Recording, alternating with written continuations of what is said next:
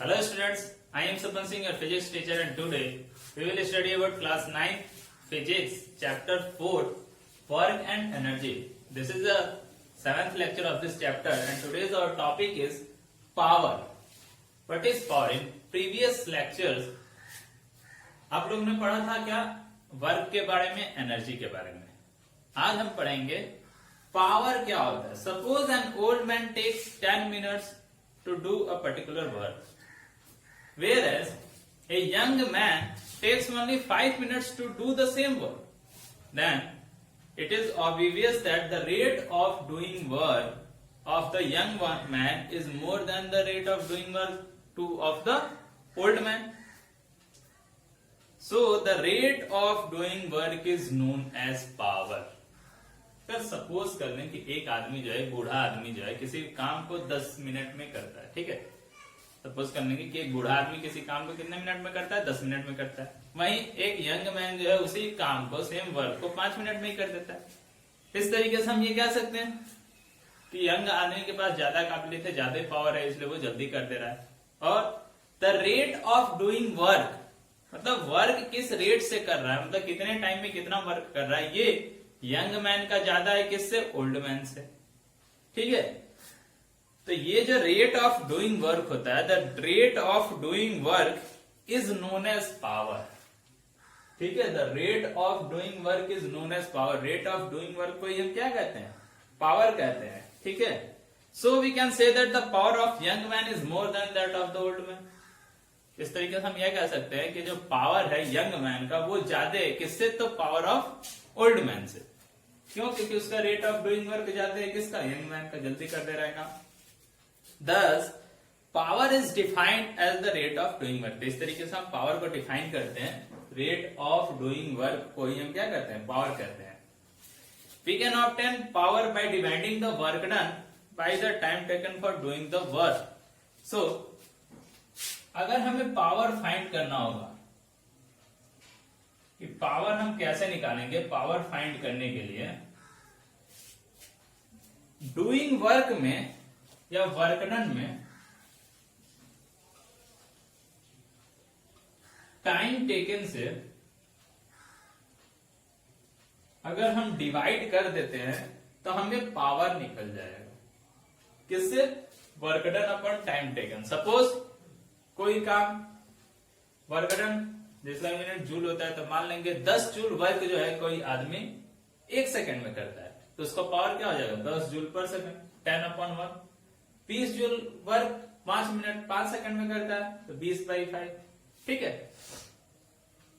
तो इस तरीके से पावर को अगर हम निकालना चाहें, पावर हम कैसे प्राप्त करेंगे, तो वर्क डन में हम टाइम टेकन से अगर क्या करें, डिवाइड कर दें, कितना काम हुआ है और उस काम में कितना समय लगा है, अगर उसको हम डिवाइड कर दें तो पावर हमारा क्या हो जाएगा, फाइंड आउट हो जाएगा.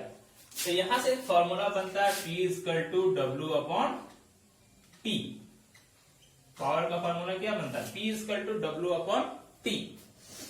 एक चीज और, वी नो दैट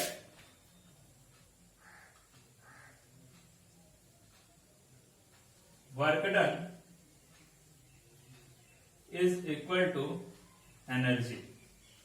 हम जानते हैं कि किसी भी वर्क को करने, कभी भी हम जब वर्क करते हैं तो हम जितना वर्क डन करते हैं वह इक्वल होता है अमाउंट ऑफ एनर्जी की, क्योंकि उतनी एनर्जी रिलीज भी होती है, या वर्क डन करने में उतनी एनर्जी क्या होती है, लगती है. तो work done is equal to energy. So we can say that power is equal to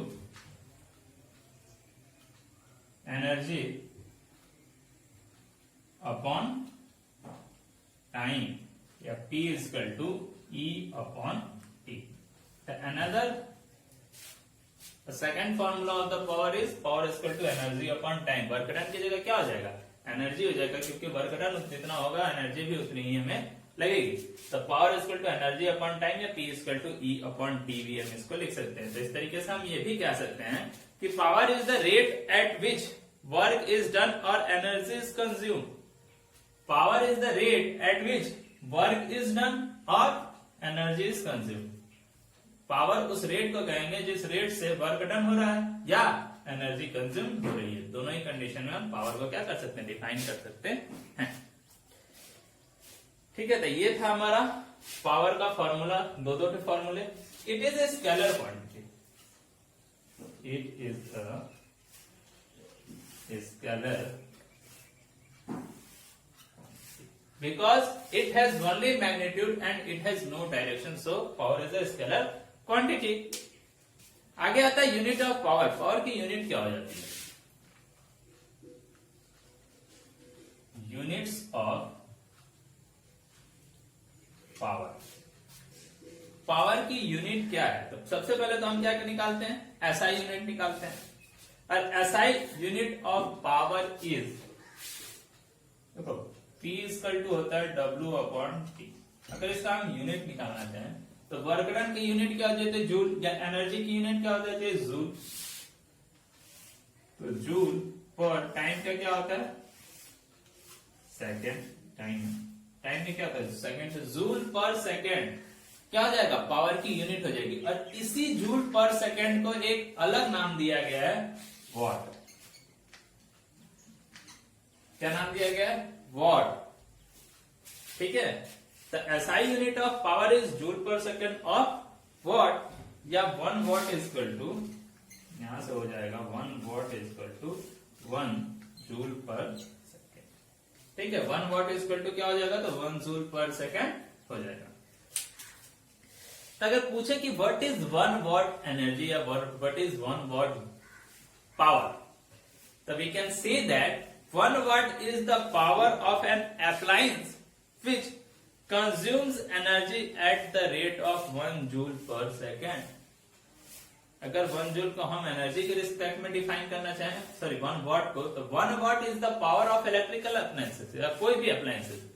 1 what किसी भी अप्लायंस का वह पावर होता है जो एनर्जी कंज्यूम्ड करे 1 जूल पर सेकंड। मतलब हर 1 सेकंड में 1 जूल अगर एनर्जी कंज्यूम कर रहा है कोई भी मशीन वगैरह, कोई भी अप्लायंसेस, तो उसका पावर हम कहेंगे कि कितना है? 1 वॉट पावर का है। अगर इसको वर्क के टर्म में डिफाइन करना चाहें वॉट को, तो 1 watt is the power of an appliance which does work at the rate of 1 joule per second.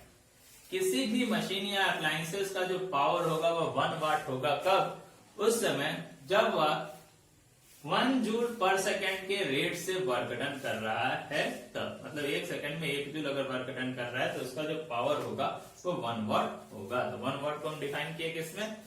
As a term of work done and as a term of energy. यहां से हमने देखा 1 watt is equal to 1 joule per second. The power of an electrical appliances tell us the rate at which electrical energy is consumed.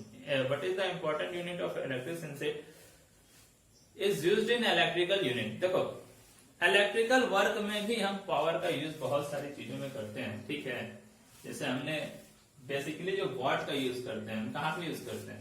Electrical appliances में या machine वगैरह में हम use करते हैं। ठीक है। जैसे इतने वॉट का बल्ब है, इतने वॉट का बल्ब है, फैन है, रेफ्रिजरेटर है, एटसेट्रा।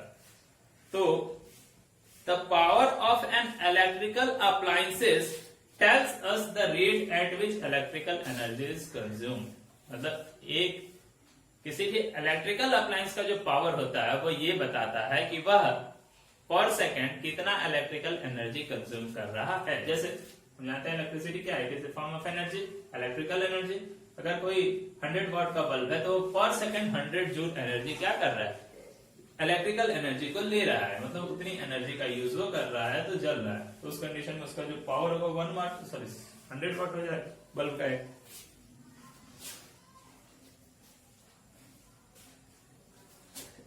देखो what is the name after Scottish inventor, engineer and designer James Watt, who became famous for improving the design of steam engine. तो जेम्स वॉट थे। ये जो वॉट है, ये नाम जो है जेम्स वॉट, जो फेमस है स्टीम इंजन बनाने के लिए। आप लोगों ने नाम सुना होगा इन लोग का। ये स्कॉटिश इंजीनियर थे, ठीक है, और एक डिजाइनर थे जेम्स वॉट, जिन्होंने क्या बनाया था? स्टीम इंजन बनाया था। इन्हीं के नाम से पावर की यूनिट वॉट को क्या किया गया? रखा गया। तो watt is a smallest unit of power. Watt क्या है? Very very small unit of power sometimes bigger units of power called kilowatt and megawatt are also use. ये क्या है, बहुत छोटा यूनिट है पावर का। कभी कभी हम किलोवाट या मेगावाट का भी यूज करते हैं, जैसे 1 किलोवाट KW इक्वल टू 1000 वाट, जो हमें किलोग्राम और ग्राम में चलता है, और 1 megawatt MW equal to 10⁶।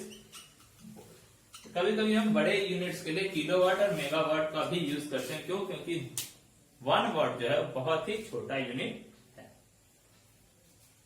Yet another unit of power is called horsepower, which is equal to 746 watt. एक और यूनिट की अगर बात करें तो एक यूनिट और होती है हॉर्स पावर की, और 1 हॉर्स पावर इक्वल्स टू होता है 746 वाट। ठीक है, यूनिट ऑफ पावर, पावर की एक और यूनिट होती है हॉर्स पावर, जो इक्वल होती है 746 वाट के, मैंने 746 वाट मिलके 1 हॉर्स पावर बनता है, जिसको हम 1 HP भी कहते हैं। शॉर्ट फॉर्म में इसको क्या कहते हैं? 1 HP। HP means horse power, जो इक्वल होता है 746 वाट के। This means that 1 horse power is equal to about 0.75 kilometre, sorry kilowatt. अगर इसको हम किलोवाट में चेंज करके 0.746 लिखे हैं, 0.75 भी लिख सकते हैं। So the unit of horsepower originated long back when steam engine first replaced horses as a source of power. जब स्टीम इंजन को रिप्लेस किया गया, बाद में घोड़े आए, घोड़े से हमने वर्क करना शुरू किया। प्राचीन समय में घोड़े गाड़ी का यूज करना शुरू किया, तो वहां पे हमने एक पावर बनाया कि घोड़े का भी कुछ पावर होता होगा, वो कितनी रेट से अपना वर्क करता है, डूइंग वर्क करता है। तो उस कंडीशन में हमने उस पावर को डिफाइन करने के लिए एक नाम दिया, और क्या नाम दिया? Horse power. जो 1 हॉर्स पावर जो होता है वो 746 वाट के इक्वल होता है, तो इसका नाम। और these days powers of engines, आज के समय में जो इंजन्स के पावर होते हैं, जो कार वगैरह बस वगैरह में लगे होते हैं, ठीक है, are expressed in the unit called brake horse power, BHP। जो इंजन्स के पावर लगे होते हैं वो ब्रेक हॉर्स पावर के टर्म में उसको एक्सप्रेस करते हैं। ठीक है, जो इसी हॉर्स पावर से बना हुआ है।